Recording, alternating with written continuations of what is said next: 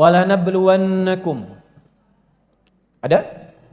Dan aku pastikan dengan keagunganku akan menguji kalian yang hidup. Nah, jadi ujian itu hanya diberikan pada yang hidup. Yang meninggal sudah nggak diuji lagi. Tapi membawa pertanggungjawaban dari hasil ujian. Awas, jangan salah kesimpulan. Oh, kalau sudah meninggal ujian akan hilang, nggak ada lagi.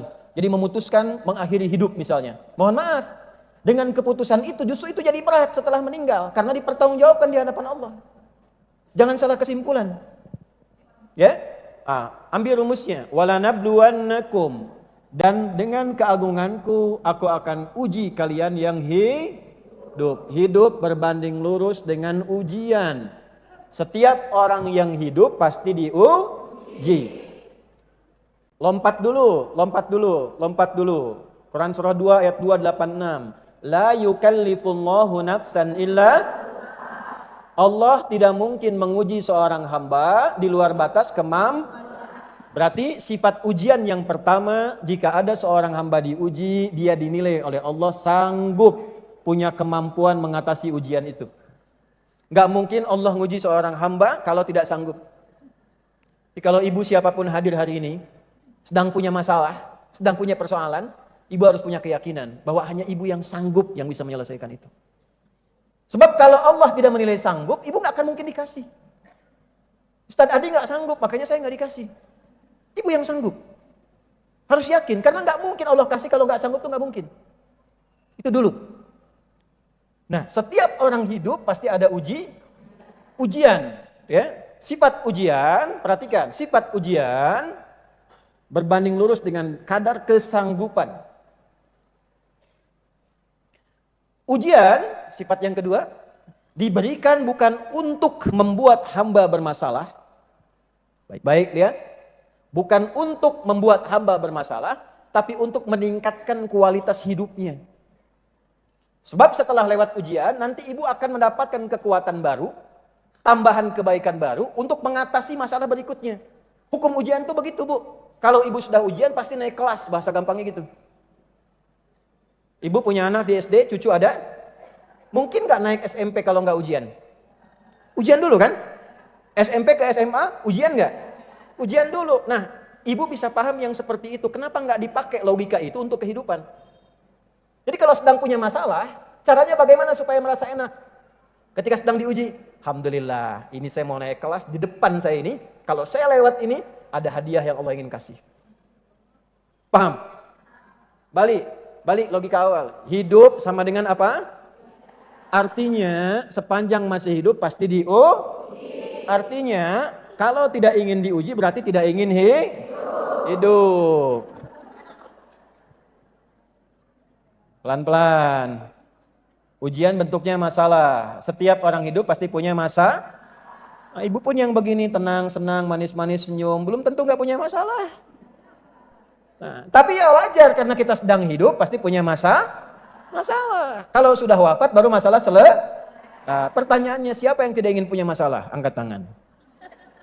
Nah, sudah, kalau gitu jangan mengeluh. Jelas? Nah, di antara ujian itu, di antara masalah itu ada sifat-sifat dasar. Yang pertama apa? Minal khauf, nomor 1 urutannya, gelisah. Ujian yang pertama, khauf ini. Tuh, tadi yang kita tulis ini. Mau nggak dibuka mushafnya? Ibu akan temukan nomor 1 ini. Ya. Walanabluwannakum bisyai', dan sungguh dengan keagunganku kalian yang masih hidup akan diuji dengan beragam macam persoalan kehidupan untuk meningkatkan kualitas hidupmu, untuk menjawab doa-doamu. Jadi ketika ibu berdoa, dijawab oleh Allah. Tanda doa dijawab itu ujian dulu. Ya, ibu minta mobil, diuji dulu. Kira-kira kalau dapat mobil sanggup enggak mengemban amanah itu sampai dihisab? Tuh. Itu poinnya. Lalu diberikan ujian. Makanya kalau ibu sedang diuji, ibu harus bersyukur. Karena itu tanda awal Allah ingin menjawab doa ibu. Itu cara melihatnya begitu. Kalau tidak belajar fikih ujian, enggak enak rasanya. Kenapa harus saya ya Allah? Kenapa engkau tidak berikan pada Ustaz Adi aja? Tidak begitu juga. Jelas, minal khauf. Yang pertama apa? Khauf. Jadi ini ujian pertama, ini fitrah. Jadi nggak bisa kita katakan galau, hilanglah dalam jiwaku. Ya hilang juga rohnya. Kan melekat pada jiwa. Kegelisahan, ketakutan, kekhawatiran bagian dalam hidup. Walju' rasa lapar. Nunggu pengen duduk sap-sap paling depan dari awal belum sarapan.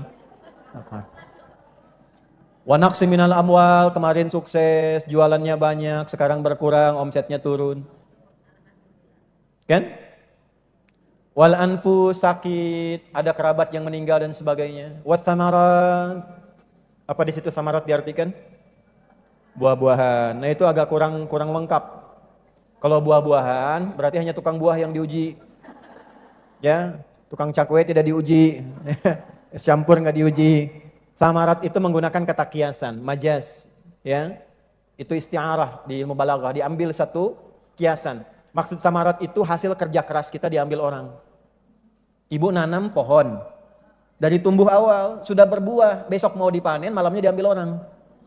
Itu maksudnya. Ibu sudah kerja keras, sudah bikin macam-macam, bikin desain begini, tiba-tiba diambil orang yang bikin pakaiannya. Bisa begitu. Ya, ada ujian begitu ada nggak?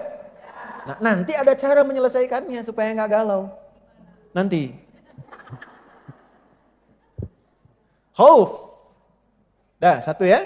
Jadi saya ingin tekankan dulu bahwa khauf ini ujian awal, gelisah ini diciptakan bersamaan dengan fitrah kehidupan kita. Apa hikmahnya? Satu, kenapa mesti ada gelisah, mesti ada galau?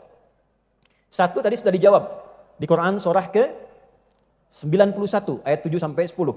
Secara singkatnya, gelisah diciptakan untuk bisa mengaktifkan tenang itu supaya muncul. Bahasa kerennya sebagai katalis yang menstimulus ketenangan itu muncul. Sebab kalau nggak ada gelisah, tenang nggak akan muncul. Ibu kalau sedang gelisah pengen apa? Pengen tenang kan? Iya kan? Nah supaya pengen tenang itu gelisah harus ada. Dua, hikmah dari adanya kegelisahan, supaya kita merasakan nikmatnya bertuhan. Untuk menunjukkan bahwa Allah itu ada. Untuk menunjukkan dan mengamalkan sifat tawakal. Wa ala rabbihim yatawakkalun. Supaya terkoneksi dengan Allah. Terhubung dengan Allah. Tuh ibu kalau sedang gelisah, berdoa enggak? Nyebut nama Allah enggak? Ya, ibu keluar mendung nih, gelisah. Kan fitrah lisan ibu mengatakan langsung, ya Allah, gelap, mendung, ya kan? Macet, gelisah, ya Allah, macet. Sedang ngaji, hujan turun, ya Allah, hujan. Ibu ke pasar, barangnya mahal, ya Allah. Jelas? Ya kan? Ibu ngatur anak-anak, gak mau nurut. Oh, ya Allah, berisik tuh. Ya kan? Anak-anak diatur, dirawat, gak mau nurut. Apa yang keluar di lisan? Ya Allah, tuh. Itu sudah fitrah di lisan. Keluar. Jadi gelisah itu diciptakan supaya kita merasa dekat dengan Allah, kenal dengan Allah, terhubung dengan Allah. Dari mana tahu ayatnya? Turunkan lagi di Al-Baqarah. Surat keberapa? Surat kedua. Ayat keberapa? 150. Makanya ibu ngaji. Wa min haitsu kharajta fawalli wajhaka syatral masjidil haram wa haitsu ma kuntum fawallu wujuhakum syatrah li'alla yakuna lin-nasi 'alaikum hujjatun illa alladhina zalamu fala takhshawhum wakhshawni.